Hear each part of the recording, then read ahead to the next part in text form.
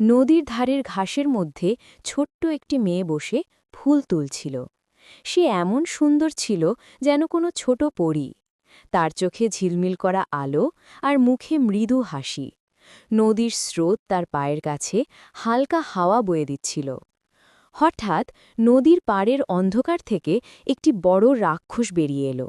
তার চোখে আগুন ঝলকাচ্ছিল এবং মুখে ভয়ঙ্কর হাসি। তুমি এখানে কি করছো, ছোট্ট মেয়ে? রাক্ষস গর্জন করে বলল। লিলি চমকে উঠে পিছনে হেঁটে গেল। ও না, সাহায্য কেউ করবে তো? তার কণ্ঠে ভয় এবং দুঃখ মিলেমিশে গেল। ঠিক তখনই নদীর পানির মধ্যে এক উজ্জ্বল আলো ফুটে উঠল। জল থেকে বেরিয়ে এলো এক জলপরী। তার দেহে জল ঝরছে এবং চোখে শান্তি ও সাহস। থামো রাক্ষস, তুমি তাকে আঘাত করলে চলবে না, জলপরী বলল।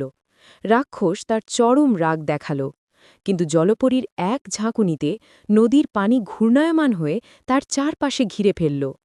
রাক্ষস হঠাৎ থমকে গেল আর শেষমেশ চিৎকার করে পালিয়ে গেল। লিলি কাঁপতে কাঁপতে জলপরীর দিকে তাকাল।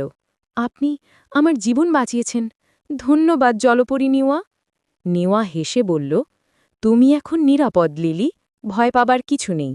সাহস আর বন্ধুত্ব সব বিপদকে দূর করতে পারে।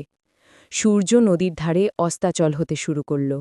নদীর জল উজ্জ্বল রঙে ঝলমল করতে লাগল, আর লিলি নদীর ধারে বসে শান্তির সঙ্গে তার দিন শেষ করল।